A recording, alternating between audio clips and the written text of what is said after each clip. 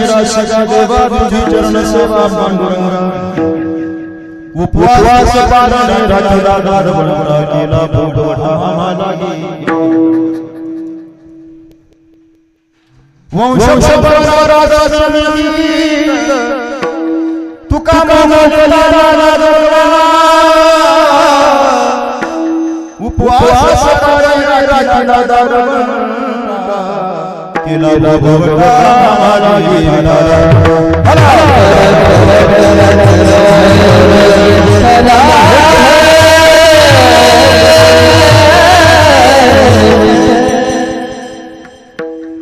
विभवनाथं चरं तमतुरं स्वयं लीलया गोपवेशमधानं इको कमी करा गवामंगानंचारहरसं परब्रह्मलिंगं भजेमानं दुसरेच्या संसांचिया त्यांच्या कृपादाने केले बाबाजी सौसा कलावला जीवधरा खलानी शिवशाबाबादार समाधी स्तोत्र भजज्ञान देवो मोनेश्वरा करुणा दया तुमचा मंगलालो बाबा झालो चराचरी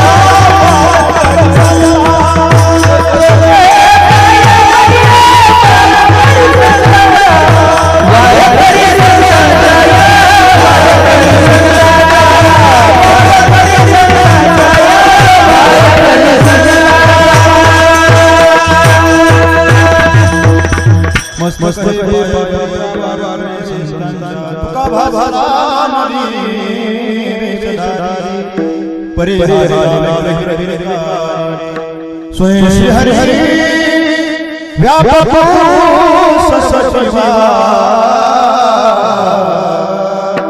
तुका तुमच्या संपाद्यानां विदायाय भगवते वैराग्य संसार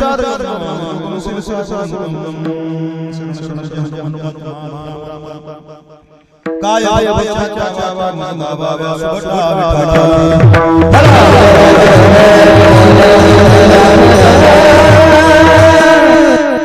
माझ्या सेवा उपवास केला भोगवटा आम्हालागी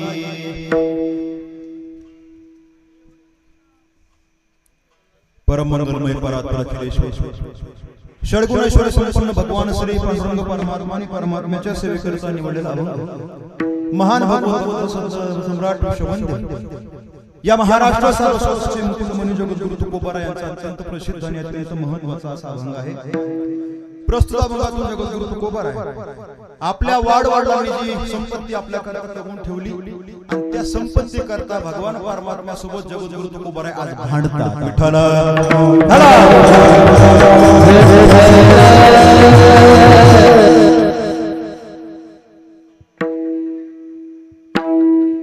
नंतर भगवान श्री पांडुरंग परमात्म्याच्या असीम कृपेने साधू संतांच्या आशीर्वादाने मोजे आपल्या या पिटी नावाच्या गावामध्ये गेल्या 12 वर्षापासून चालू असलेला हा कीर्तन महोत्सव कुठल्या निमित्ताने आपण या ठिकाणी आज उपस्थित आहोत आपण सर्वांना श्रुत आहे वैकुंठवासी श्री हरिभक्तपरायण वसुदेव पाटील बुवा तांबडे यांच्या 12व्या पुण्यस्मरणाच्या निमित्ताने आजची कीर्तनाची ही सेवा आहे। त्या निमित्ताने अन्नदान ज्ञानदान घडावड या संपूर्ण तांबडे परिवाराने फार मोठा सायाचा अट्टहास केला आणि सर्वांच्या उपस्थितीमध्ये पुनश्च एकदा पूजनीय आपण त्यांना काय म्हणायचं दादा पूजनीय दादांचं स्मरण या निमित्ताने घडावं म्हणून सर्वांच्या आज या ठिकाणी उपस्थित आहे. त्यांच्या पश्चात त्यांचे चिरंजीव असणारे आमचे अण्णा अर्थात उत्तरेश्वर अण्णा तांबडे आणि त्यांचा अतिशय गोड असा असणारा परिवार. त्याच्यामध्ये आदरणीय डॉक्टर साहेब आहेत, रामेश्वरजी तांबडे, आदरणीय आमचे आबाजी तांबडे आणि आमचे मित्र हरिभक्तीपरायण माऊली महाराज तांबडे यांच्या कुशल अशा संयोजनामधून या ठिकाणी या कीर्तनाचं आयोजन आहे. खरं म्हणजे आज माझं भाग्य आहे. 2 वर्षापूर्वीच मला माऊलींनी कीर्तनाची सेवा करण्याकरता आज्ञा केली होती, परंतु काही अडचण आल्यामुळे मी इथं आलो नव्हतो आणि न जाणो आज खऱ्या अर्थाने तपपूर्ती आज आणि तपपूर्तीच्या निमित्ताने ही सेवा माझ्या हाताने घडावी, अर्थात या कीर्तनाच्या निमित्ताने घडावी अशीच इच्छा खऱ्या अर्थाने दादांची असेल म्हणून आज दादांनीच मला कीर्तनासाठी बोलवलं. विठ्ठल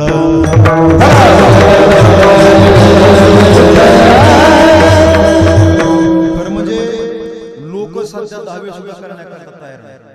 हे 12व याच्यामधून मला एक गोष्ट पाहायला सापडते. खरं म्हणजे दादांची पुण्य आहे आणि आईसाहेबांनी या परिवारावरती केलेले संस्कार, या संस्काराचा परिहास खऱ्या अर्थाने आज या कीर्तनामध्ये झालेला आहे आणि मी आईसाहेबांच्या चरणावरती वंदन करत या सर्व परिवाराला धन्यवाद देईल की त्यांनी या कीर्तनाचं आयोजन केलं. 12व स्मरण आहे. खरं म्हणजे आपल्या वारकरी संप्रदायामध्ये हिंदू धर्म संस्कृतीमध्ये कृतज्ञता नावाचा एक शब्द सांगितला गेला. माणसाने कृतज्ञ असलं पाहिजे, माणसाने कृतज्ञ असू नये. कृतज्ञ कोणाला म्हणतात? केलेल्या उपकाराची जो जाण ठेवतो त्याला म्हणतात कृतज्ञ, आणि केलेले उपकार जो विसरतो त्याला म्हणतात कृतज्ञ. बघा आपल्या वारकरी संप्रदायामध्ये किंवा हिंदू धर्म संस्कृतीमध्ये फार मोठा व्यापक विचार सांगितला. ज्यांनी आपल्यावर उपकार केले त्यांच्याबद्दल कृतज्ञता बाळगली पाहिजे. मग उपकार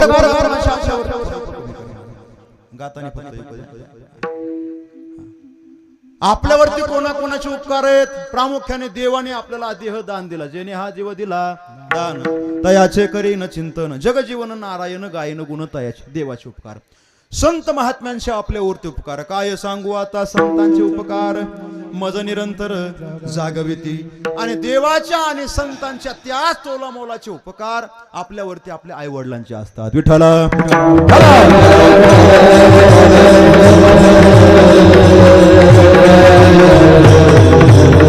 उपकारातून आपण आई वडिलांच्या कधीच उतराई होऊ शकत नाही तांबडे महाराज, कधीच होऊ शकत नाही.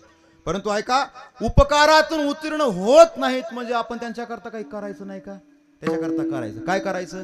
महाराज म्हणतात जिवंत असेपर्यंत आहे ते मध्ये असेपर्यंत त्यांची सेवा करायची आणि गेल्याच्या नंतर त्यांच्या नावाने अन्नदान करणं, ज्ञानदान करणं, पिंडदान करणं आणि त्यांचं पुण्यस्मरण करणं.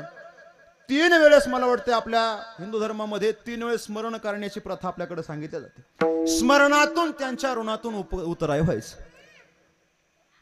3 वेळेस कुठले कुठले सांगितले? पितृपक्षामध्ये ज्या तिथीला गेले ती तिथी एक सांभाळायची.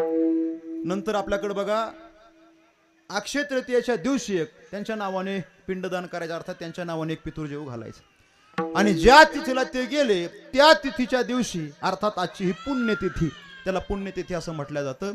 3 प्रकारे स्मरण करायचं आणि त्यांच्या ऋणातून उतराय व्हायचं. विठ्ठला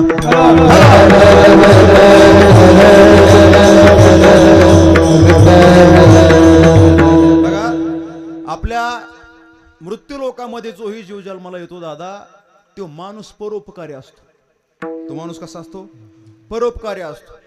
किमान दुसऱ्यावरती जरी उपकार नाही त्याने केला, कमीत कमी परिवारातल्या माणसावरती तो उपकार काय करतो? उपकार करतो. उपकार करतो.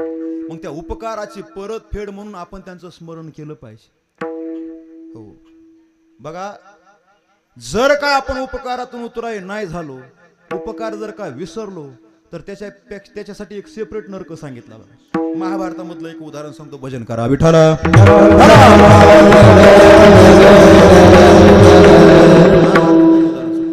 कृतज्ञ माणसाचे काय हाल होतात ते काय झालं बघा. ज्या वेळेस युद्ध संपलं महाभारतामधलं, पांडव निजधामाला निघाले. पांडव निजधामाला जात असताना एक एक पांडव त्यांचं शरीर त्याच ठिकाणी पडायला लागलं. शेवटी एकच पांडव उरला. कोण? धर्मराज महाराज. धर्मराज महाराज ज्या जात असताना शेवटी त्यांचा एक अंगठा गळून पडला होता. ते एक छोटंसं खोटं बोलले होते. आणि त्यांच्यासोबत एक कुत्रं गेलं होतं असं म्हणतात. कुत्रं एक सेपरेट गेलं होतं. वरती गेल्याच्या नंतर स्वर्गामध्ये तिथं गेल्याच्या नंतर त्यांच्या पाप पुण्याचा विचार झाला. विचार झाल्याच्या नंतर त्या चित्रगुप्ताने सांगितलं, तुमच्याकडून न कळत आयुष्यभर तुम्ही खरं बोललात. आयुष्यभर तुम्ही काय केलंय? खरं बोललात. पण तुमच्याकडून न कळत एक चूक घडलेली, तुम्ही खोटं बोललेला आहात. त्याच्याकरता तुम्हाला सुद्धा नरकात जावं लागेल.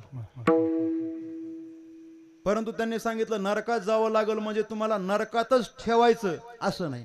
तुम्हाला नरकातून थोडी फेरफटका मारून चक्कर मारून यावं लागेल, तर आम्ही तुम्हाला स्वर्गात घेणार. बघा, तुम्हाला अगोदर स्वर्गामध्येच राहायचंय का अगोदर नरकातून जाऊन येता? साहजिकच माणसाचा स्वभाव असतो काय, ताटामध्ये जर काय चांगले पदार्थ वाढलेले असले तर त्यातले जे मायनस पदार्थ असतात, जे आपल्याला आवडत नसतं, ते माणूस अगोदर काय करतो? खात असतो, नंतर चांगल्या पदार्थाकडे जात असतो. धर्मराजाने सुद्धा तेच सांगितलं. धर्मराज म्हणले काय करा, मी आधी नरकातून जाऊन येतो. आणि मग नरकातून जाऊन येत असताना फेरफाटका मारत असताना तिथं सगळे होते. कोण? दुर्योधन, दुःशासन, शकुनी मामा, हे सगळेजण तिथं होते. हा तिथं गेल्याच्या नंतर त्यांच्या अंगाला जरा थंडगार वारा लागायला लागला, कारण सज्जन गेला होता तिथं. सज्जनामुळे थंडगार वारा तिथं लागला होता. पुढे जात असताना धर्मराजाला एक चित्र पाहायला सापडलं. एका माणसाचं प्रेत असं तोडून टाकलं होतं बाजूला, आणि तोडून टाकल्यामुळे तिथं फार मोठी दुर्गंधी सुटली होती. तिथं कुत्रे जायचे, कोले जायचे, त्या शरीराचा वास घ्यायचे. त्याच्या शरीराला कोणी तोंड लावत नव्हतं. आणि मग धर्मराजाने तिथल्या यमदूतांना विचारलं, हे शरीर कोणाचं आहे? या शरीराला कोणी तोंड का लावत नाही? आणि मग त्या यमदूतांनी सांगितलं, हे जे प्रेत आहे ना, हे जे शरीरानं तुकडे केलेलं, हे शरीर हे कृतघ्न माणसाचं आहे, म्हणून याच्या शरीराला कोणी तोंड लावत नाही. विठ्ठला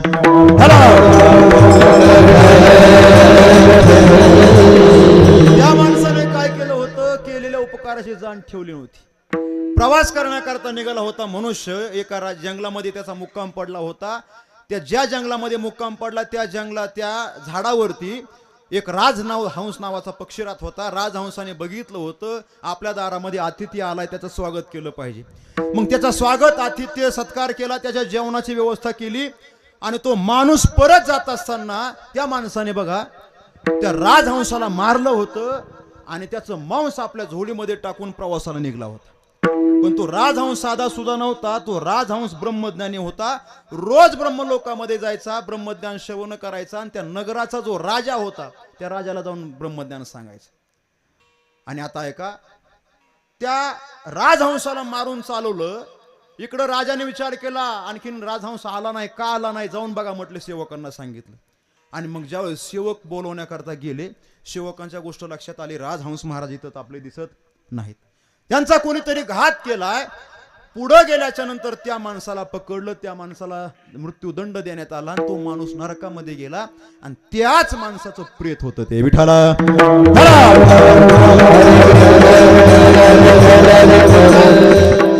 परोपकारी जीवन माणसाचं असलं पाहिजे. केलेल्या उपकाराची जाण माणसाने ठेवली पाहिजे. आणि जर का हे नाही केलं तर त्याच्या शरीराला कोले कुत्रे सुद्धा तोंड लावत.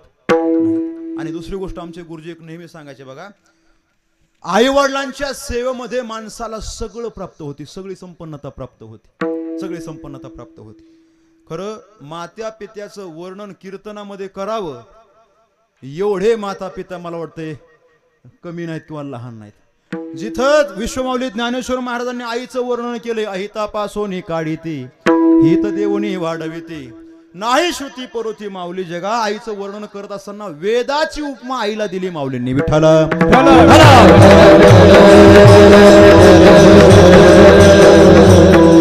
आई वडिलांचे फार आपल्यावरती उपकार असतात बघा. आई वडिलांचे उपकार असतात.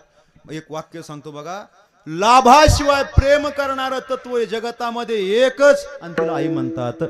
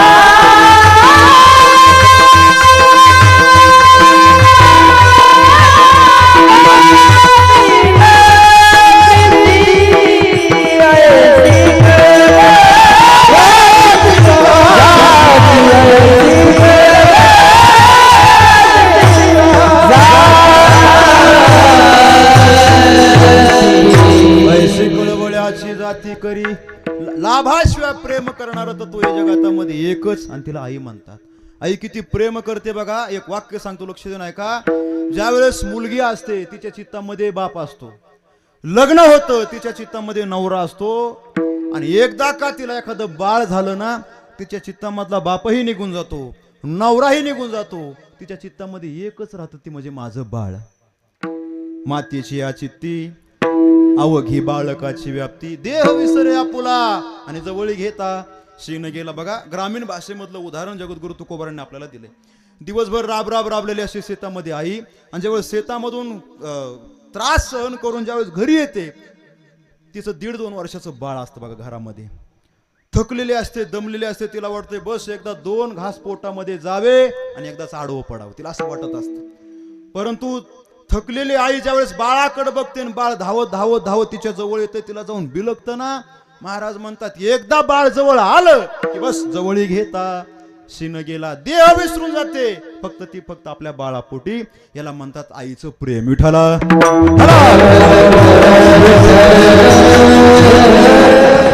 मला विषय जास्त लांबवायचा नाही, मला कृतज्ञता आपल्याला सांगायची. कृतज्ञता जगद्गुरु तुकोबारायांनी बापाविषयी अतिशय कृतज्ञता बाळगली बघा. महाराज म्हणतात तुम्ही जसं पिंडदान केलं तसं मी सुद्धा पिंडदान केले माझ्या आई वडिलांकरता. का? माझ्यावरती माझ्या आई वडिलांचे काय होते? उपकार होते. पिंडपदावरी दिला आपुले करी, माझे झाले गया वर्जन, फिटले पितरांचे ऋण. प्रभू महाराज आपल्या वारकरी संप्रदायामध्ये, हिंदू धर्मामध्ये 2 जास्त आदर्श पुरुष मानलेत. देवामध्ये आदर्श राजा सांगितला त्याचं नाव प्रभू रामचंद्र, आणि संतामध्ये आदर्श संत सांगितले जगद्गुरु तुकोबाराय. तसे सगळेच आदर्श मला म्हणजे कुठल्या संतांमध्ये देवामध्ये कंपेअर करायचं नाही, परत एक मुद्द्या खातीर तुम्हाला सांगतो. आदर्श संत राजा सांगितला, देव सांगितला प्रभू रामचंद्र. रामायणामध्ये आपण जर का ऐकलं असेल तर ज्यावेळेस दशरथ राजा गेले, देहावसान त्यांचं झालं, त्यावेळेस वनवासामध्ये प्रभू रामचंद्र होते. प्रभू रामचंद्राने स्वतःच्या हाताने दशरथ राजा करता पिंडदान केलेलं आपल्याला पाहायला सापडतं. शंकर महाराज की पिंडदान केलेलं पाहायला सापडतं. तसं जगद्गुरु तुकोबारांनी सुद्धा अंत्येष्टी कर्माच्या बाबतीमध्ये कुठलीच तडजोड ठेवलेली नाही बघा. कुठली तडजोड ठेवली नाही. तुकोबारांचं जर का आपण वाङ्मय वाचलं ना महाराज, तुकोबाराच्या वाङ्मयामध्ये अंधश्रद्धेच्या बाबतीमध्ये जगद्गुरु तुकोबार अतिशय परखड बोललेत. आणि बरं का साहेब, हे 2-4 अभंग हे पुरोगामी विचारसरणीचे लोक उचलतात आणि तुकोबारांचं जास्त उदो करतात. उदो करणं का आम्हाला म्हणायचं नाही, पण तुकोबारांचे बाकीचे सुद्धा अभंग मला वाटते त्याचं सुद्धा चिंतन त्या लोकांनी केलं पाहिजे, तर त्यांना खऱ्या अर्थाने गाथा समजल. विठ्ठला म्हणतात महाराज, अहो काय गरज आहे पंढरपूरला जाण्याची, काय गरज आहे वारी करण्याची, काय गरज आहे तीर्थयात्रा करण्याची. तुकोबारांनीच आम्हाला सांगितले तीर्थे धोंडा पाणी. काय म्हणतात? तीर्थे धोंडा पाणी. पण पुढचं वाचितच नाहीत महाराज. देव रोकडा सज्जनी, सज्जन माणसाच्या अंतःकरणामध्ये देव बघा असं महाराजांनी आपल्याला सांगितले. पण सज्जनांना सुद्धा हे लोक त्रास देतात आणि प्रबोधन करताना एवढंच सांगतात तीर्थे धोंडा पाणी. म्हणजे तुकोबारांनी हे लिहिलेले अभंग आहेत बघा. अंधश्रद्धेच्या बाबतीमध्ये परखड तुकोबाराय बोललेत. आता ऐका आणखीन एक महाराजांचा अभंग बघा. महाराज म्हणतात 900 कन्या पुत्र होती तरी का करणे लागे पती. म्हणजे अंधश्रद्धेच्या बाबतीमध्ये तुकोबाराय परखड बोललेत, परंतु अंत्येष्टी कर्माच्या बाबतीमध्ये तुकोबारांनी कसली तडजोड ठेवली नाही. विठ्ठला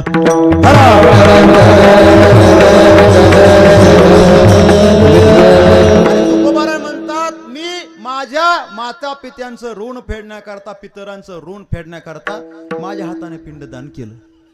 हो, माझे झाले गया वर्जन,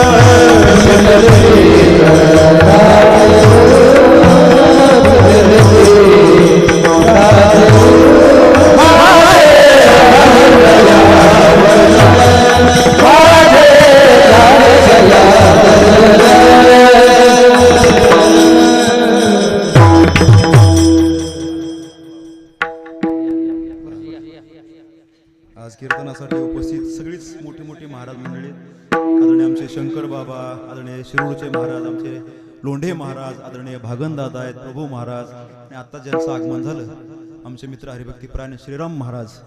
2 वर्षापूर्वी महाराजांची सेवा इथं झाली होती, म्हणजे त्यांनी बरोबर जागा भरून काढली. म्हणजे त्यांच्या साथीला मी आलो होतो ना, पण जरा लवकर आलो होतो, एवढं लक्षात ठेवा. आदरणीय श्रीराम महाराज आहेत, गायनाचार्य हरिभक्तीपरायण आमचे रेवणनाथ महाराज आहेत, आदरणीय हरिभक्तीपरायण आमचे किशोर महाराज, महाराजांबरोबर आले महाराज, आमचे सुमंत महाराज आहेत, ही सगळी महाराज मंडळी, किशोर महाराज आहेत, आमचे बाप्पा आहेत, ही सगळी महाराज मंडळी, सगळ्यांच्या चरणावरती वंदन करतो. मृदंगाच्या साथी करता आमचे मित्र हरिभक्तीपरायण विसरू बघा नाव, आदरणीय बोराडे महाराज आहेत. असं होतं, शेजारी असल्यामुळे ते विसरतोय मग. अतिशय गोड असं हे वातावरण आहे. मी सगळ्यांचे नाव सुरुवात म्हणजे शेवटी घेणारच होतो, परंतु तुम्ही आल्यामुळे आता सगळ्यांचे परत घेतले. विठ्ठला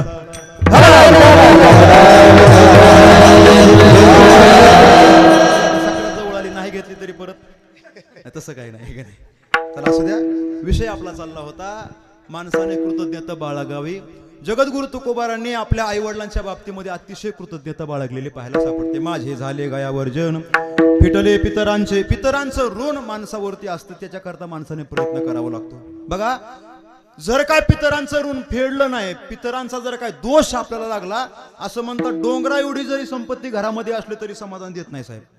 हो, समाधान देत नाही. एखाद्या देवाचा कोप आपल्याला परवडला महाराज, एखाद्या देवाचा कोप परवडला, पितरांचा कोप कधी परवडत नाही. म्हणून त्याच्याकरता माणसाने जे अंत्येष्टी कर्माच्या बाबतीमध्ये हिंदू धर्मामध्ये जे काही विधी सांगितलाय तो करायलाच पाहिजे. विठ्ठला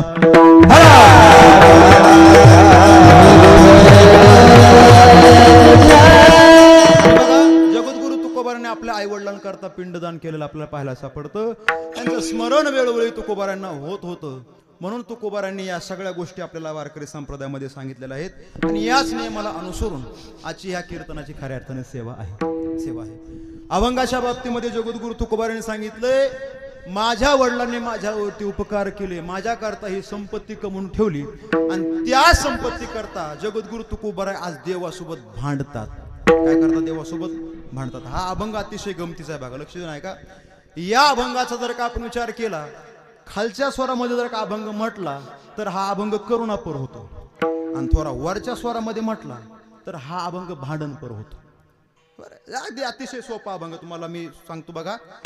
या अभंगाचा जर का खालच्या स्वरामध्ये विचार केला, माझ्या वडिलाची मिराशी, देवाच्या समोर जगद्गुरु तुकोबाराय उभे आहेत, हात जोडले देवाला, म्हणतात देवा अरे ही माझ्या वडिलांची मिराशी, तुझी चरणाची सेवा करण्याची ही माझ्या वडिलांची मिराशी, आणि त्याच्याकरता आमच्या वडिलांनी काय काय नाही केलं, आमच्या पूर्वजांनी काय काय नाही केलं, उपवास केला, पारणं केलं, तुझा दारवंटा राखला, ही आमची मिराशी, तुझी चरणाची सेवा करू दे. आणि जर काय हे एवढं असून सुद्धा जर काय तुझ्या चरणाची सेवा नाही करून दिलीस ना, तर लाज आमची जाणार नाही देवा, लाज तुझी जाणार आहे. तुझा शरणांगत आहे का नाही, तुझा वंश परंपरा दास मी अंकित, आणि तू का मोकलिता लाज कवना, आहे का नाही. तू जर काय मला बाजूला सोडलंस, मला मोकललंस, तर लाज कोणाची जाणार आहे? तुझी जाणार आहे देवा. म्हणून तुझ्या चरणाची सेवा आम्हाला करू दे. हे झालं खालच्या स्वरात. आणि जर काय वरच्या स्वरामध्ये म्हटलं की भांडण तयार होतं. हे देवा, तुझ्या चरणाची सेवा म्हणजे तुझ्या बापाची पेंड नाही, माझ्या बापाची पेंड आहे, फुकट नाही कमिली.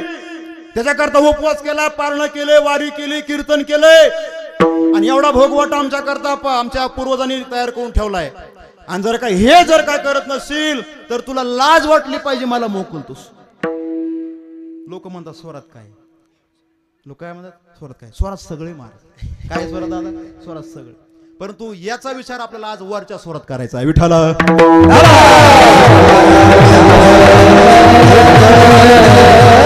आपल्या वाडवडिलांनी जी परंपरा आपल्यापर्यंत या ठिकाणी आणून दिली. ही परंपरा जपण्याकरता, ही परंपरा सांभाळण्याकरता जगद्गुरु तुकोबाराय देवासोबत आज भांडतात.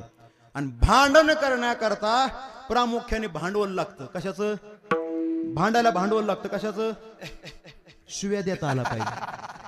पुंडलिक वरदा काय शिव्या देता आल्या पाहिजे. भांडण जर काय करायचं असेल, चांगल्या शिव्या देता येत असतील तरच भांडण करायचं, नाही तर अजिबात माता माऊलीनं भांडण करायचं नाही. भांडण करायचं पण चांगल्या शियालकी आल्या पाहिजे. विठ्ठल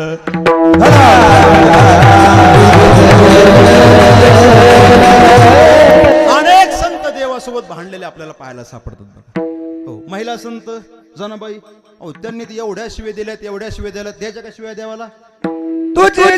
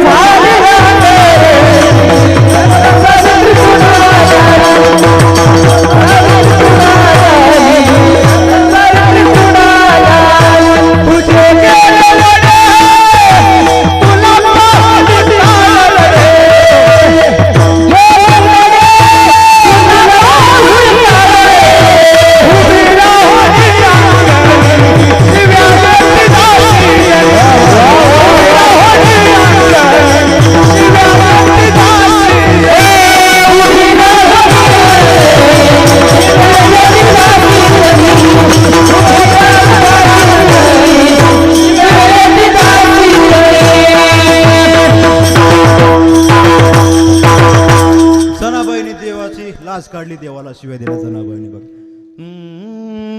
अरे अरे बिटा, अरे अरे बिटा, अरे अरे बिटा,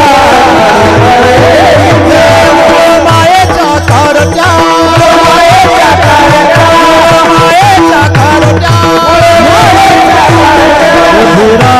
रंगती झाली सावित्री चुडा झाली.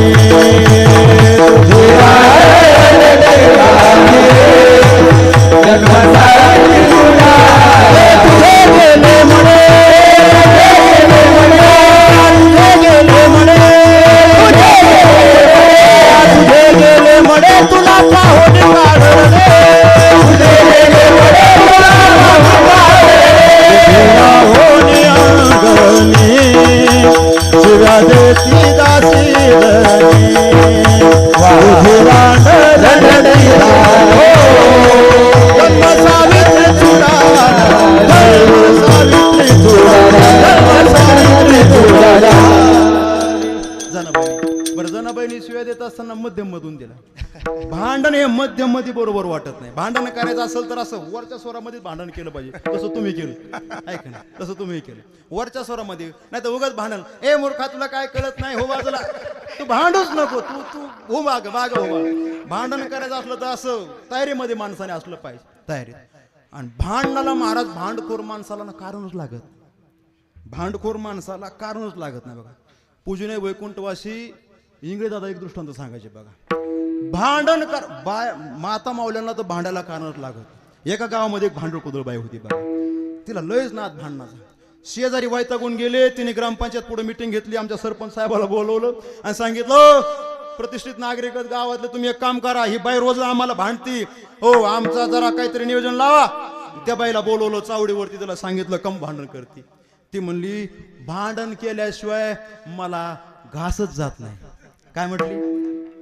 मी म्हणले मग मी तुमची गावातलीच आहे, मला गावातून काय हाकलून देता काय, मला भांडण केल्याशिवाय जमत नाही. मग सरपंचाने सांगितलं एक काम करा, म्हणले तुम्ही एकाच घरी भांडू नका, तुमचं मी रतीब लावते.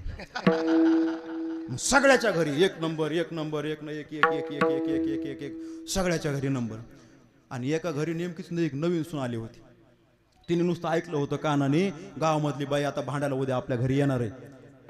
त्यांनी सांगितलं सासूबाईला, सासूबाई एक काम करा, भांडण जर काय करायचं असेल तुम्हाला तर तुम्ही बिंदास भांडा, पण तुम्हाला जर काय भांडता येत नसेल तर ते एक काम करायचं, ती बाई समोर आली, काही जरी बोलली अजिबात बोलायचं नाही. किती शिव्या द्याव द्या, अजिबात शब्द काढायचा नाही. जर का आपण काही बोललो तरच समोरच्या भांडायला मजा येईल, आहे का नाही? आपण एखाद्याला भरपूर शिव्या दिल्या, त्याने काहीच नाही केलं तर आपण माघारी निघून येऊ, आहे का नाही? तसं अजिबात तुम्ही एक शब्द सुद्धा बोलायचा. आणि नेमकं झालं असं, महाराज तिचा नंबर आला आणि आवाज दिला, ए कुठे गेली तुझी सासू, बोला तिला बाहेर. आणि ज्यावेळेस ती सासू बाहेर आली, वाट्यावरती येऊन बसली. वाट्यावर बसल्याबरोबर आणि बोल म्हणले, काय बोलायचं? काय नाही म्हटले, तुझ्याकडे आले होते. म्हणजे कशा करता? काय नाही, चूल पेटवायची, काळी पेटी संपली, तुझ्या चुलीमध्ये जर काय विस्तव असेल तर तेवढा विस्तव दे. आता ह्या सासूला असं वाटलं की भांडायच्या मूडमध्ये दिसत, काय वाटलं? भांडायच्या मूडमध्ये दिसत नाही. ते म्हणले, हो विस्तव पाहिजे का? बस बस बस इथं वाट्यावर, आत्ता विस्तव घेऊन येते. घरामध्ये गेली, एका प्लेटमध्ये विस्तव घेतला, दारामध्ये आली, तिला म्हणले धरा हा. आणि तुम्ही तर काही आणलं बी नाही विस्तव न्यायला. ते म्हणले नाही आणलंय ना. म्हणलं काय? टाक म्हणले पदरात माझ्या. काय म्हणली? टाक पदरात. ती देणारी म्हणली, अगं ते पदर जळण ना. ते म्हणलं तुला काय करायचंय? जळू दे माझा पदर, आग लागू दे, काडी लागू दे. लागली भांडायला. चालू पहिल्यापासून भांडायला कारणच लागत नाही महाराज भांडणं करणार, आहे का? तसं तुकोबारा आज भांडतात महाराज जगद्गुरु तुकोबारा देवाच्या समोर उभे राहून. कशा करता भांडतात? महाराज म्हणतात, मी तुझ्या आज समोर आहे, वारे करण्याकरता आलोय. तू आज काहीतरी मला मागण्याकरता विचारतोस, मनुष्य काही मागा, परंतु माझी एकच इच्छा आहे मागण्याची. म्हणले काय? तुझी चरण सेवा पांडुरंगा, तुझ्या चरणाची सेवा मला करायची. देव म्हणला तुकोबारा आहे, हे लय जुनं झालंय म्हटले. तुम्ही माझ्या समोर यायचं, मी तुम्हाला काहीतरी मागा म्हणायचं, आणि तुम्ही चरणाची सेवा मागायची, घेईन मी जन्म म्हणायचं, नाहीतर आणखीन तुझे नामस्मरण करण्याची मला ताकद दे म्हणायचं. काही मागण्याकरता तुम्हाला सांगितलं, तुम्ही हेच मागतात म्हटलं. एक काम करा म्हणे, तुम्हाला चांगलं काही मागायचं असेल तरी तर थांबा म्हणले माझ्या पुढं, नाही तर अजिबात माझ्या पुढं थांबू नका, निघून जा म्हणले. परत वारीला नाही आलं तरी चालतं. कोण म्हणतंय असं? देव म्हणतोय. देव म्हणतोय. आता तुकोबारायचा पारा चढला. तुकोबारा म्हणले, देवा मला तुझ्यापासून लांब लोटतोस का? मला लांब लोटतोस? आज तुझ्या चरणाची सेवा म्हणजे माझ्या बापाची पेंडे. महाराज अभंगाच्या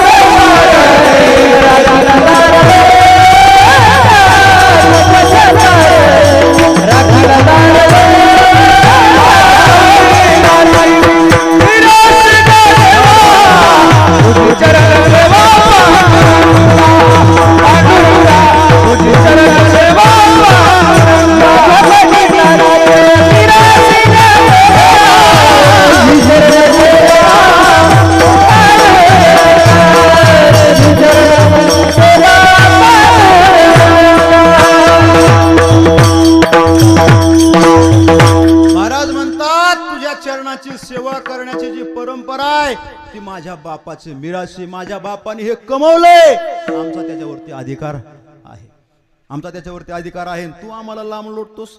देवाने सांगितलं तुकोबारा आहे, जरा डोकं जागेवर ठेवा. पाय माझे, मंदिर माझं, पंढरपूर माझं, हे तुमच्या बापाचं कधीपासून झालं? बापाचा विषय काढला म्हणून सांगतात ना, तुमच्या बापाचं कधीपासून झालं? आणि तुकोबारा आहे. मग देवाला थोडस समजून सांगायला लागले. देवा म्हणले तुमचं पूर्वीचं रूप कुठलंय? दोन प्रकारे देवाचं रूप सांगितलं ना, पहिलं निर्गुण निराकार आणि दुसरं सगुण साकार.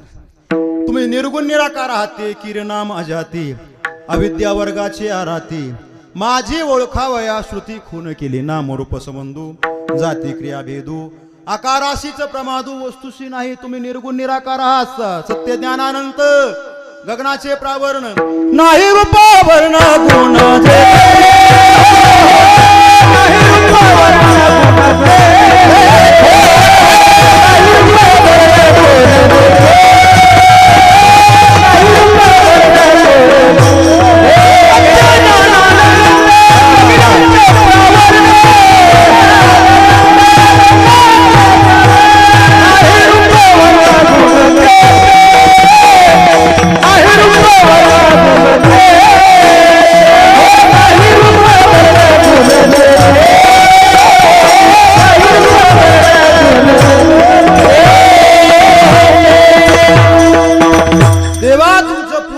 रूप हे निर्गुण निराकार आहे. कसं आहे? निर्गुण निराकार आहे. तुम्हाला आकाराला इथं आणलं कुणी?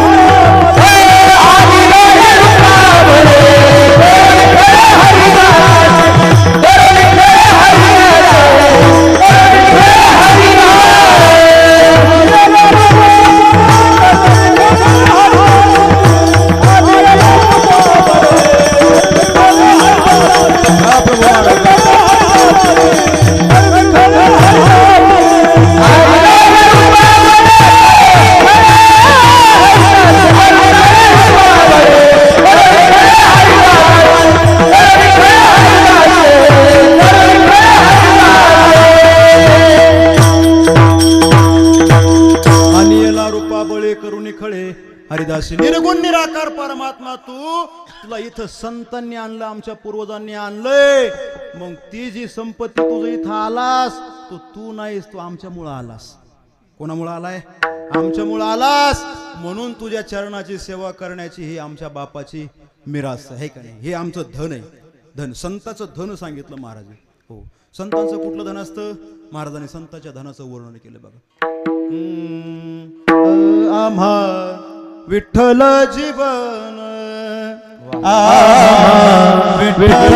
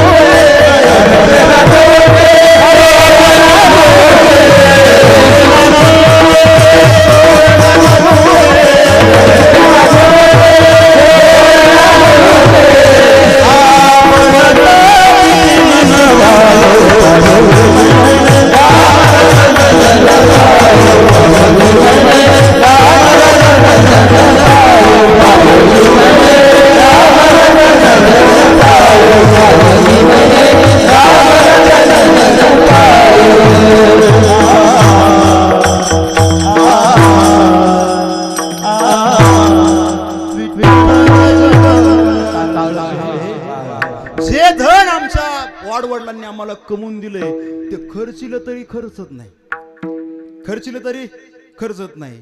चोर आले तरी ते लुटल्या जात नाही. माता माऊल्यानं मला सांगा बरं, सोनं भारी का तुळशीची माळ भारी? सोनं मागत नाही तुम्हाला, फक्त सांगा. त्यांना वाटतं मागत आहे का बाकी कीर्तन करा सारखं. मी मागणार नाही, बाकी कीर्तन करा मागतात ना, मनी मागायचे. मी नाही मागणार तुम्हाला. काय भारी सांगा बरं. बरं असं कधी घडलंय का आपल्या केजच्या स्टँडला, बीडच्या स्टँडला एक वारकरी भल्याला मोठ्या माळा घालून निष्ठीमध्ये चढला आणि एक चोर पाठीमागून गेला आणि धरल्या माळा नेला वर बडून? असं घडलंय कधी? घडलंय का? नाही ना महाराज. उलट आमच्या सारखा माळकरी जर बघितला चोराने आणि जर का अडवलं रात्रीच्या वेळेस, यामध्ये महाराज आहे वारकरी, त्याच्याकडे काय असणार आहे? बरोबर का? काय म्हणतात त्याच्याकडे, त्याला काय माहिती यांच्याकडे काय काय असते. आम्ही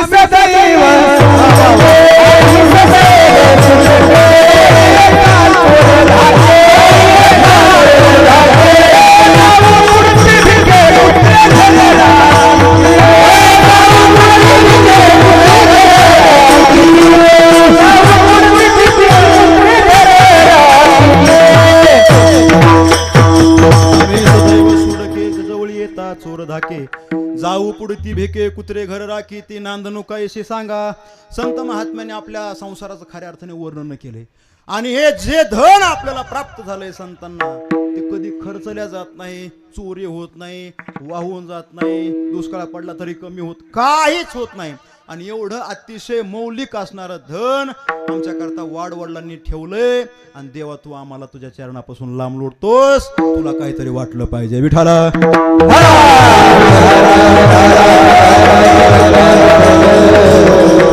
महाराज म्हणतात तुला इथं आणलंय संतांनी, मग खऱ्या अर्थाने तुझ्या चरणाची सेवा करण्याची ही मिराशी आमची. माझ्या वडिलाची मिराशी गा देवा, तुझी चरण सेवा पांडुरंगा. आणि हे अशी तशी कमवली नाही, काय ती आमच्या हातामध्ये आली नाही, कुठली लांडीला बडी आम्ही केली नाही देवा. याच्या करता आमच्या वाडवडिलांनी अतिशय सायास केला.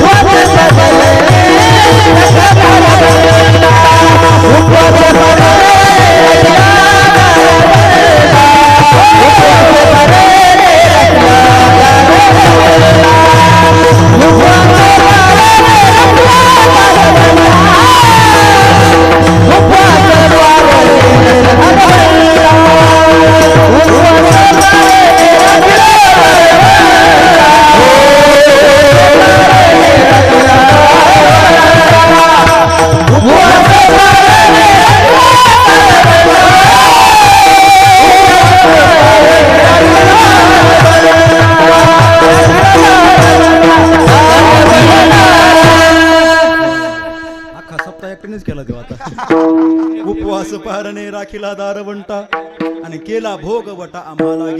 ही जी संपत्ती कमवली अशी तशी संपत्ती कमवलेली नाही. याच्याकरता प्रयत्न केलाय, सायास केलाय, उपवास केलाय, पारणं केलंय आणि तुझा दारवंटा राखलाय. एवढं सायास करून आम्हाला हे मिळालेलं आहे, फुकट मिळालेलं नाही. उपवास केला म्हणजे जवळ असलेल्या भोगाचा त्याग केला. काय काय भोग होते जगद्गुरु तुकोबाराच्या समोर उभे. महाराज म्हणतात मुक्ती रिद्धी सिद्धी आमच्या चरणाच्या जवळ लोटांगण घालत होत्या. आमचा स्वीकार करा, आमचा स्वीकार करा म्हणत होत्या. तरी सुद्धा तुकोबारा म्हणतात आमच्या पूर्वजांनी त्यांना जवळ केलं नाही. देवाला सांगितलंय काय, मोक्ष तुझा देवा, तुमचा तो दुर्लभची ठेवा. तुमचा मोक्षही नको आम्हाला, काहीच नको आम्हाला, फक्त तुझ्या चरणाची सेवा करायची विठाला.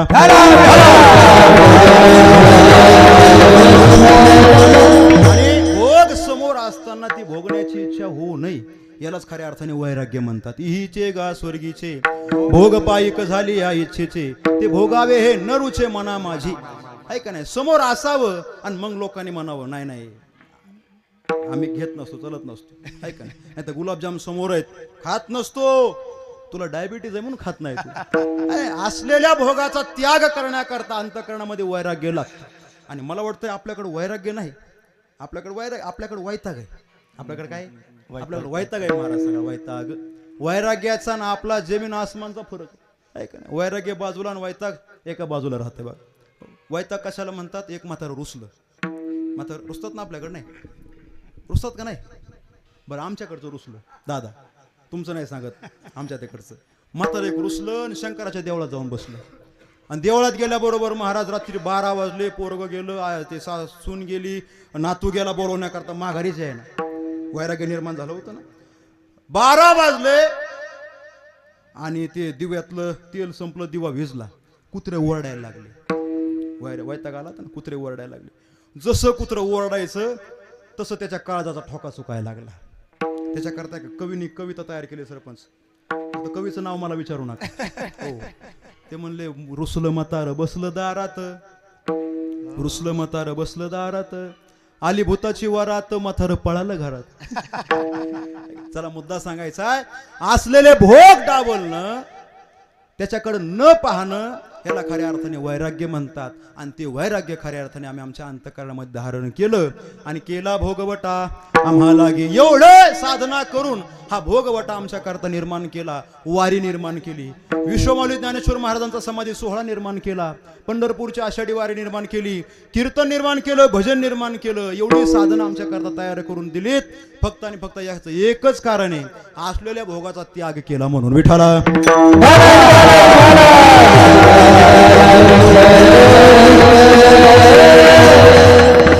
उपवास पारणे राखीला दारवंटा, केला भोगवटा आम्हाला गे. ठीक आहे महाराज, कळलं आम्हाला. तुम्हाला चरणाची सेवा करायची, तुमच्या वाडवडिलांनी हे सगळं कमवून ठेवलेलं आहे, बरोबर आहे. परंतु तुम्ही नेमकं या परंपरेमध्ये येतात का? वंश परंपरा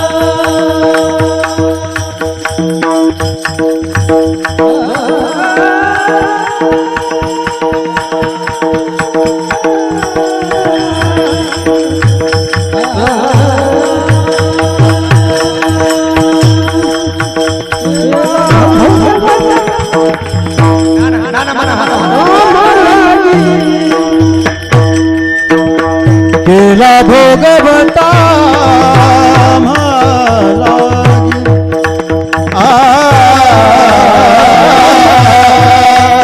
केला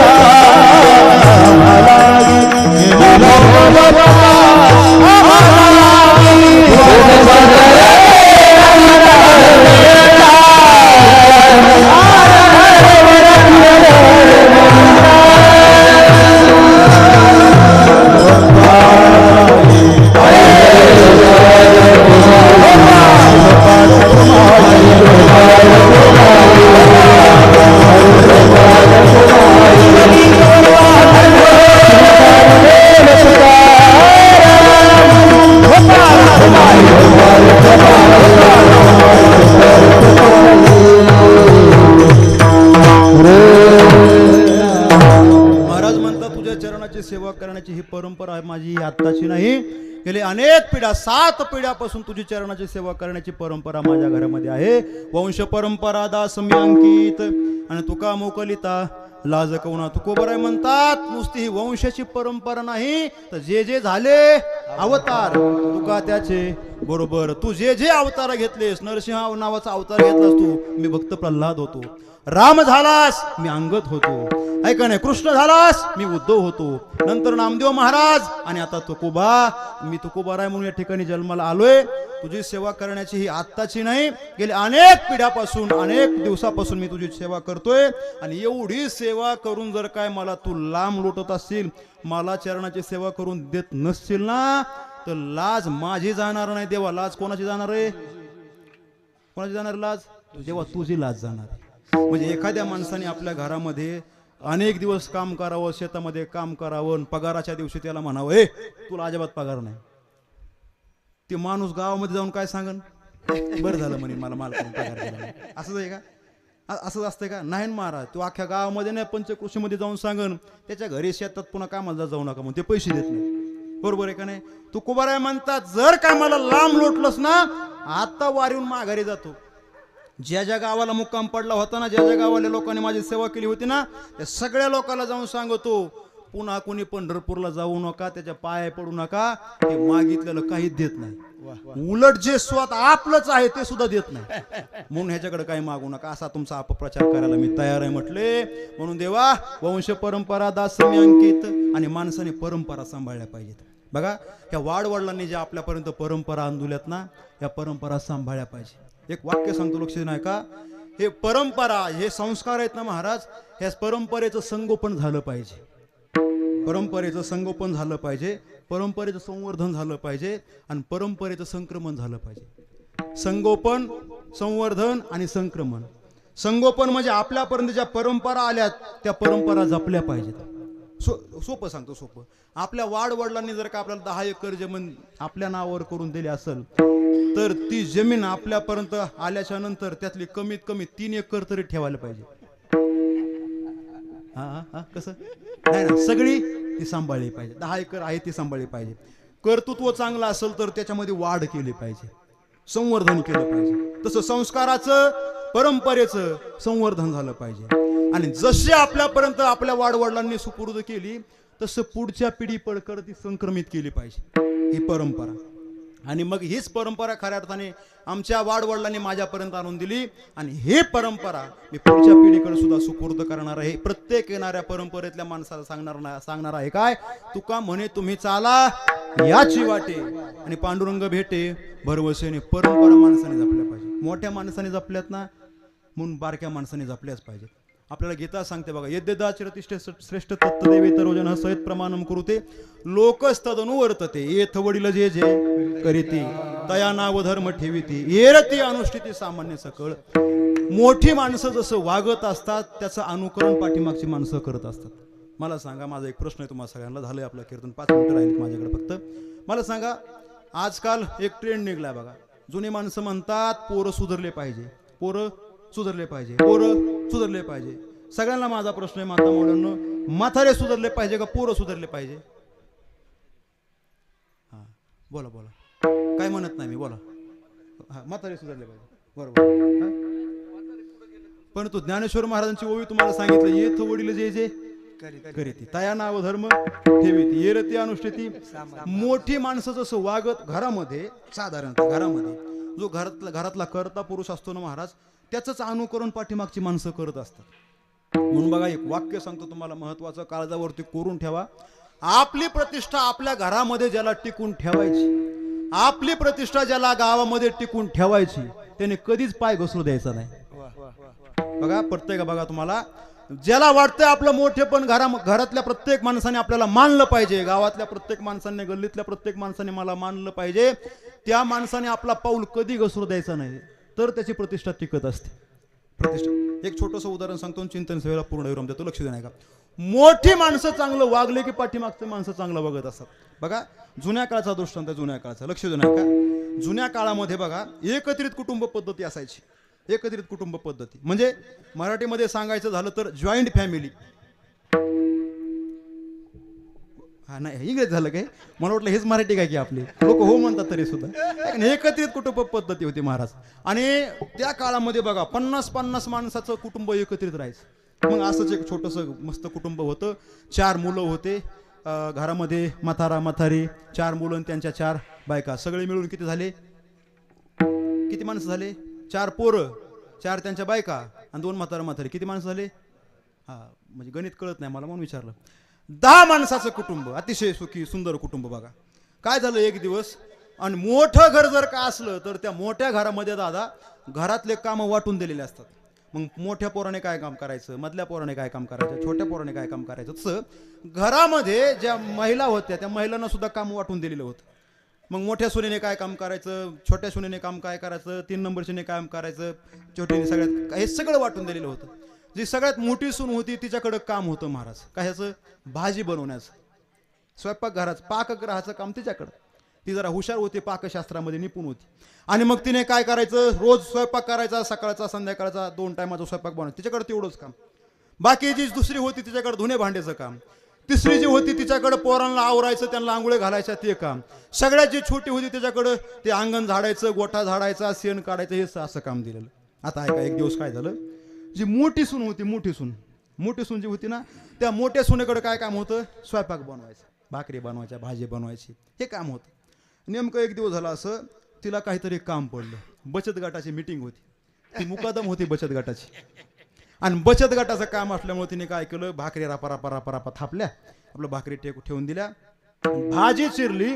आणि आता भाजी नेमकीच त्या कढईमध्ये टाकणार, तेवढ्यामध्ये तिला फोन आला, साहेब आलेत आणि 2च मिनिटाचा वेळ मीटिंग चालू व्हायला, लगेच आली पाहिजे, नाही तर तुझं मुकादम पद रद्द, काढून टाकणार तुला लगेच. आणि मग त्या बाईने काय केलं, भाजी वगैरे चिरली, शिजायला टाकली, आणि भाजीमध्ये मीठ टाकलं नाही तिने, कारण पाकशास्त्रामध्ये निपुण होती. पाकशास्त्र असं सांगतं भाजीमध्ये लगेच मीठ टाकायचं नसतं. तुम्हाला माहिती आहे का, तुम्हाला माहिती आहे का नाही, भाजी ज्यावेळेस उकळी येईल भाजीला तर मीठ टाकायचं. का, याच्या मागचं एक शास्त्र आहे बघा. भाजीमध्ये जर का लगेच मीठ टाकलं तर भाजी लवकर शिजत नाही, कारण क्षारयुक्त पाण्यामध्ये कुठलाच पदार्थ लवकर शिजत नाही. तुम्ही म्हणताल महाराज तुला लय माहिती आहे, 12 वर्ष आम्ही तेच केलंय, आळंदीमध्ये आम्ही तेच केलंय, कारण त्या काळामध्ये आमच्याकडे काय गॅस नव्हता, ते कुठून तरी रॉकेल आणायचं, स्टोव मध्ये टाकायचं, आणि मग ते, आणि मग आम्हाला माहिती होतं भाजी भात लवकर शिजवायचा असेल तर उकळी ज्यावेळेस येईल तरच मीठ टाकायचं. क्षारयुक्त पाण्यामध्ये कुठला पदार्थ शिजत नाही. तिने भाजी शिजायला टाकली, मीठ टाकायचं राहिलं. ती म्हणले काय 2 मिनिटाचं काम आहे, मीठ टाकायचं, कोणाला बी घरातल्या माणसाला सांगू आणि आपण आपल्या कामाला निघून जाऊ.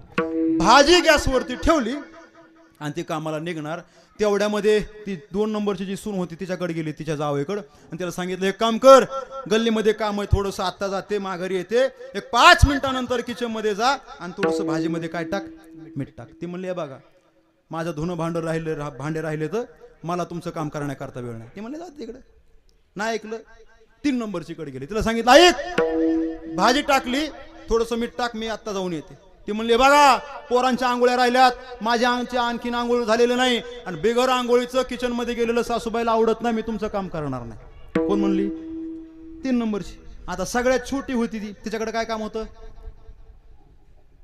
तुम्ही जागेत ना सगळे, काय काम होतं, झाडायचं, झाडलोट करायचं. ती आपल्या गोठ्यामध्ये होती, तिच्या हातामध्ये ते झाडू होता आणि झाडण्याचं काम चाललं होतं. तिच्याकडे गेले, अगं ऐकलं का, गल्लीमध्ये काम आहे, आत्ता जाते, 5 मिनिटामध्ये परत येते, थोडंसं मीठ टाक. ती म्हणली बघा मी सगळ्यात लहान आहे आणि सगळ्यात हलक्या क्वालिटीचं काम माझ्याकडे दिलंय, मी तुमचं काम अजिबात करणार नाही. तिघींनी ऐकलं नाही.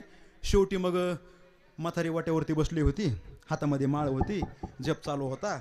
म्हातारीकडे गेले आणि सांगितलं सासूबाई गल्लीमध्ये काम आहे, मी आत्ता जाते माघारी येते, 5 मिनिटानंतर जा किचन मध्ये, थोडंसं भाजीमध्ये काय टाका, मीठ टाका. सासू तर लयच ओरडली, म्हणली बघा तुमचा संसार तुम्हाला वाटून दिलाय, आता परत मला त्या संसारामध्ये ओढू नका, तुम्ही तुमचं काम. आता महाराजीला राग आला. ती म्हणली माझंच काम आहे, मलाच करावं लागणार आहे. राग राग तन तन तन करत किचन मध्ये गेली, मिठाची भरणी घेतली, मीठ घेतलं, भाजीमध्ये टाकू का, टाकलं, हा टाका टाका, भाजीमध्ये मीठ टाकलं, तिच्या कामा करता निघून गेली. आता 5 मिनिटानंतर जी 2 नंबरची तिची जाव होती तिला जाग आली. ती म्हणली आपल्या जाऊबाई किती चांगल्यात, उद्या आपल्यालाही काही अडचण येऊ शकते, आपल्याला सुद्धा मदत त्या करू शकतात, त्यांचं आपण काम केलं पाहिजे. तिने महाराज लगेच ते धुणं भांडे करता करता हात धुतले, गेली किचन मध्ये, मिठाची भरणी घेतली, मीठ टाकलं. 3 नंबरचीला जाग आली, ती म्हणली मला सुद्धा उद्या काहीतरी अडचण येऊ शकते, आपण सुद्धा त्यांचं काम केलं पाहिजे. तिने सुद्धा सगळं काम सोडलं, गेली महाराज किचन मध्ये, मीठ घेतलं, टाकू का नको, बरं टाका टाका लवकर टाका, झालं कीर्तन. मीठ टाकलं आणि तिच्या कामाला निघून गेली. सगळ्यात छोटीला जाग आली. ते म्हणले आपल्या मोठ्या जाऊबाई किती चांगल्यात, आपण जर काही यांना मोठ्या बहिणीसारखं वागवलं तरच हे आपल्या छोट्या बहिणीसारखं वागवतील. काम सगळं सोडलं, किचन मध्ये गेली, मीठ घेतलं, टाकलं, मीठ तिघींचं मीठ टाक पडलं. म्हातारीला जाग आली. म्हातारी म्हणली माझ्या सुना किती चांगल्यात, कधी भांडण नाही होय दादा, कधी वाद नाही, कधी काहीच नाही, आणि एवढ्या चांगल्या सुना असताना जर का मी त्यांचं काम करणार नाही, जर काय मी यांना मुलीसारखं नाही वागवलं तर ह्या मला आईसारखं वागवणार नाही. म्हातारीने महाराज चष्मा डोळ्याला लावला, काठी हातामध्ये घेतली, गेली महाराज ते मिठाची भरणी लवकर सापडा, कस तरी चाच पडत मिठाची भरणी घेतली, मीठ टाकलं आणि तिच्या भजना करता निघून गेली. किती जणीचं मीठ पडलं? 5 जणीचं मीठ पडलं. 5 जणीचं मीठ एवढं महाराज. आणि भाजी कशी झाली असेल मग? मिठाने भाजीला काय येते? चव येते का नाही? लय चवदार भाजी झाली असेल. आणि महाराज भाजी तयार झाली, स्वयंपाक तयार झाला. म्हातारं मंदिरामध्ये दर्शनासाठी गेलं होतं, माघारी आलं म्हातारं, खेटर घातलेले महाराज, फेटा घातलेला, घरामध्ये आलं, आवाज दिला, झाला का स्वयंपाक, जेवण करायचं, वाढा लवकर. आणि मग त्या मोठ्या सुनेने सांगितलं, हो मामा बसा, लगेच जेवायला वाढते. म्हाताऱ्याने बोट बाहेर पायातला काढला, काठी कोपऱ्यामध्ये ठेवली, डोक्याचा फेटा काढला, हात वगैरे धुतले, पाटावरती म्हातारं बसलो, ताट समोर आलं, सुंदर अशा प्रकारचं ताट सजवलं होतं. प्लेटमध्ये भाजी होती, बाजरीची भाकरी होती, कशाची घ्यायची, बाजरीची, ज्वारीची का चपाती, काय असेल ते असेल आहे, तळलेली मिरची, लोणचं, पापड, हे मस्त सुंदर ताट सजवलं समोर आणून ठेवलं. समोर ताट ठेवल्याबरोबर महाराज म्हाताऱ्याने पहिला घास मोडला, भाजीमध्ये बुडवला आणि खाण्याकरता थोडा तोंडामध्ये घास पडल्याबरोबर भाजी कशी लागली? खरट लागली महाराज. भाजी खरट लागली. म्हाताऱ्याने तोंड आंबट चिंबट केलं. कळलं तुम्हाला? कसं तरी तोंड केलं, परंतु म्हातारं हुशार होतं. म्हाताऱ्याने विचार केला भाजीमध्ये मीठ जास्त पडलंय, परंतु वाद घालण्यात उपयोग नाही. काय म्हाताऱ्याने सुनेला सांगितलं, ऐक आपल्या घरामध्ये ताक आहे का? ताक. ती म्हणली तुम्ही कधी ताक खात नाही. ती म्हणले मला आज ताक खायचं, घेऊन ये. एक तांब्याभर ताक आणलं, प्लेट मधली भाजी ताटामध्ये ओतली, ते अख्खं तांब्याभर ताक त्या भाजीमध्ये ओतलं, 2 भाकरी म्हाताऱ्याने चुरल्या आणि म्हातारं पोटभर जेवलं. काय झालं? म्हातारं पोटभर जेवलं. कारण ते ताक भाजीमध्ये टाकल्यामुळं खारटपणा कमी झाला, समतोल झाला भाजीचा त्या, आणि म्हातारं पोटभर जेवलं आणि म्हातारं निघून गेलं. मोठा मुलगा आला, आवाज दिला, झालंय का जेवायला?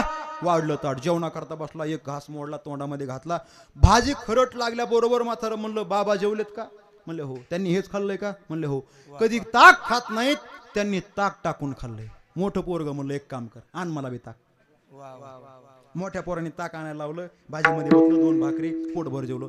3 नंबरचं आलं, जेवायला बसला, घास मोडला, खारट भाजी लागली. बाबा जेवले? हो. मोठा दादा जेवला? हो. त्यांनी हेच खाल्लं? हो. ताक कधी खात नाही, त्याने ताक टाकून खाल्लं. बरं आण मला पण ताक. त्यांनी सुद्धा ताक टाकून खाल्लं. सगळे जणांचे जेवण झाले घरातल्या माणसाच्या महाराज. आणि आता यांचा नंबर आला. कोणाचा? आसावरी, कलावती, बागेश्री, शिवरंजनी.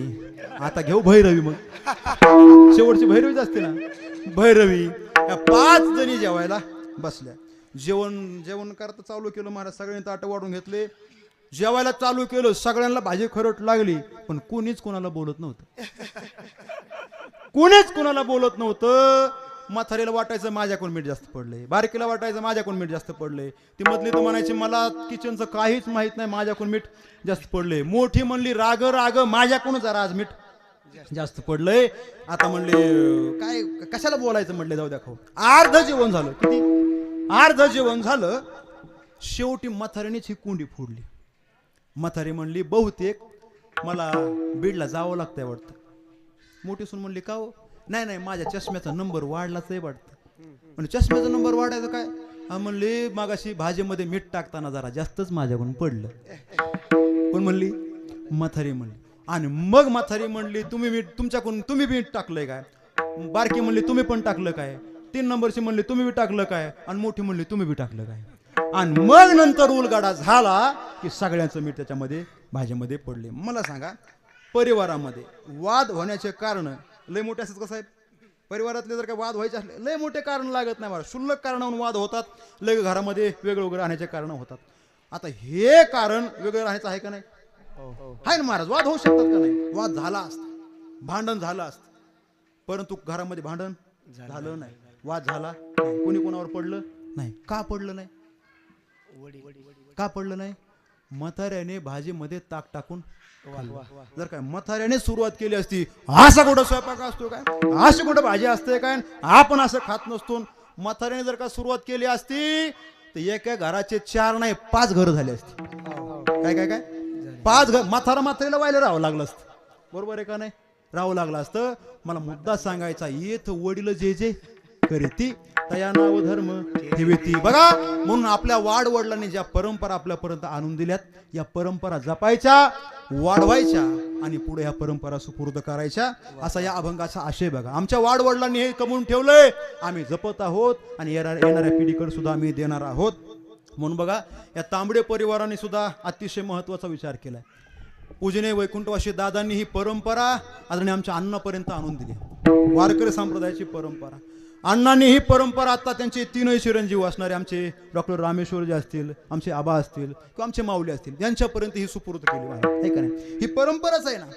ज्या अर्थी वारकरी संप्रदायाची सेवा करण्याची सद्भावना या परिवाराला निर्माण होती, त्या अर्थी खऱ्या अर्थाने या परिवाराने अनेक पिढ्यापासून संप्रदायाची सेवा केली, देवाची सेवा केलेली आहे. म्हणून याची कीर्तनाचं आयोजन आहे महाराज, दुसरं काय कारण आहे? म्हणून माणसाने परंपरा जपल्या पाहिजे. म्हणून या सर्व परिवाराला खऱ्या अर्थाने धन्यवाद देईल. आपल्याही सर्वांना विनंती आहे, आपल्यापर्यंत ज्या परंपरा आल्या त्या परंपरा जपा आणि वाढवा, पुढेही सुपूर्द करा. वारकरी संप्रदायाचा खऱ्या अर्थाने फार मोठे या समाजावरती आपल्या सर्वांवरती उपकार आहेत. माणूस म्हणून कसं माणसाने जगावं याच्याकरता वारकरी संप्रदायाने आपल्याला सगळ्या संतांनी शिकवलेला आहे आणि हाच खऱ्या अर्थाने माणुसकीचा धर्म आपण सर्वांनी जपावा अशी अपेक्षा या कीर्तनाच्या निमित्ताने करतो. आणि झालेली सेवा पुनश्च एकदा तुमच्या सर्वांच्या श्रोत्यांच्या चरणावरती अर्पण करतो. वैकुंठवासी दादांच्या चरणावरती अर्पण करतो. उपस्थित सगळी टाळकरी महाराज मंडळी अतिशय भावनेने तुम्ही या कीर्तनासाठी उपस्थित आहात. त्याच्यामध्ये आमचे शंकर बाबा आदरणीय शिरूरचे महाराज आहेत, आमचे लोंढे महाराज आदरणीय महाराज, पपाळ महाराज आहेत, आमचे भागन दादा आहेत, प्रभू तांबडे गुरुजी आहेत. हा विचारलं त्याच्यामुळे मग नाव काय म्हणून. आमचे प्रभू महाराज आहेत, आमचे श्रीराम महाराज आहेत चोले, आदरणीय रेवण महाराज, हे सगळे महाराज मंडळी उपस्थित आहेत. सगळ्यांच्या चरणावरती वंदन करतो. आमचे प्रदीप महाराज अतिशय गोड संसृष्टी मृदंग वाजवला संसृष्टीवाले दादा आहेत उपस्थित. आमचे हार्मोनियमवाले जुने महाराज आमचे. होय बरोबर, नका रुसू नका, नाव घेऊ कौखान्यात कसा करते घेऊ.